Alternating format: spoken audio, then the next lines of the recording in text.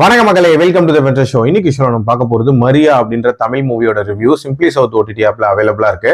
இந்த படம் ஒரு கான்ட்ரவர்ஷியலான டாபிக்கை பேசக்கூடிய ஒரு படம். அதாவது ஒரு நன்னோட டிசைர் அப்படின்ற மாதிரியான தீம்ல இந்த கதையை கொண்டு போயிருப்பாங்க.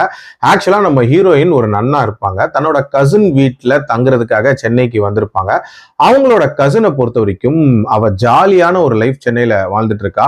அதாவது அவ ஒரு லிவிங் ரிலேஷன்ஷிப்ல இருக்கா. அது மட்டும் இல்லாம ஃப்ரெண்ட்ஸோட அப்பப்போ பார்ட்டி பண்ணிட்டு ஒரு பயங்கர சுதந்திரமான ஒரு லைஃபை வாழ்ந்துட்டு இருக்கா. நம்ம ஹீரோயினும் அந்த கிறிஸ்டியானிட்டிக்குள்ள பயங்கர கட்டுப்பாடான ஒரு வேலை இருக்காங்க. பட் இந்த லைஃபை பார்த்தோன்னே அவங்களுக்கு ஒரு விதமான ஆசை அப்படின்றது வருது. கொஞ்சம் கொஞ்சமா அந்த கலர் ட்ரெஸ் போட ஆரம்பிக்கிறாங்க. அதுக்கப்புறம் செக்ஷுவல் ஃபீலிங் அப்படின்றது லைட்டா எட்டி பாக்குது.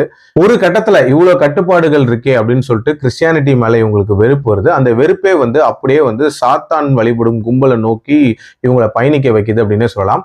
ஸோ அந்த பயணம் எப்படி போகுது, அதுல என்னென்ன மாதிரியான சம்பவங்கள் நடக்குது அண்ட் டுவர்ட்ஸ் எண்ட் ஹீரோயினுக்கு என்ன ஆகுதுன்றது அந்த படத்தோட கதை. இந்த படத்தை பொறுத்த வரைக்கும் போல்டா ஒரு விஷயம் பேசியிருக்காங்க. அதாவது மதத்தின் பேரால நமக்கு பிடிக்காத விஷயங்களை நம்ம மேல திணிக்கிறது அப்படின்றது எவ்வளவு தப்பான விஷயம் அப்படின்றத ரொம்ப ஸ்ட்ராங்கா சொல்லியிருப்பாங்க.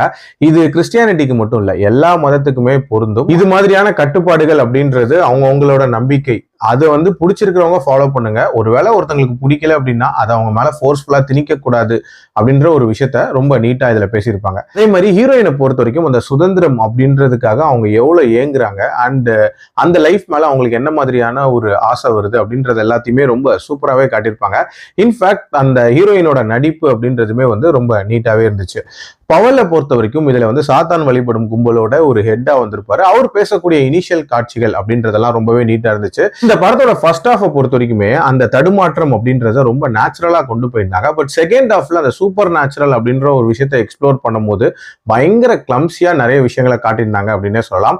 இன்ஃபேக்ட் நிறைய டீடைலிங் அப்படின்றது இன்னுமே கொடுத்துருக்கலாம். அது மட்டும் இல்லாம கொஞ்சம் எங்கேஜிங்காகவும் ஆர்கனைஸ்டாகவும் அந்த போர்ஷன்ஸை பிரசன்ட் பண்ணியிருந்திருக்கலாம். அண்ட் கிளைமேக்ஸ்லாம் வந்ததுக்கு அப்புறமாட்டி என்ன ப்ராப்பரா சொல்ல வந்தாங்க அப்படின்றதே எனக்கு கன்வே ஆகல. ஓவரால் ஒரு வித்தியாசமான ஒரு அட்டெம்ப்ட், பட் இன்னுமே கிளாரிட்டியோட இருந்திருக்கலாம். என்னோட ரேட்டிங் இந்த படத்துக்கு 2.6 out of 5. அடல் கண்டென்ட் பொறுத்த வரைக்கும் இதுல அடல் சீன்ஸ் அப்படின்றது மைல்டா இருந்தாலும் இதுல பேசக்கூடிய விஷயங்கள் அப்படின்றது ஸ்ட்ரிக்ட்லி ஃபார் அடல்ட். ஸோ அதுக்கேற்ற மாதிரி பிளான் பண்ணிக்கோங்க. மீண்டும் அடுத்த விமர்சனத்தில் சந்திக்கிறேன். நன்றி, வணக்கம்.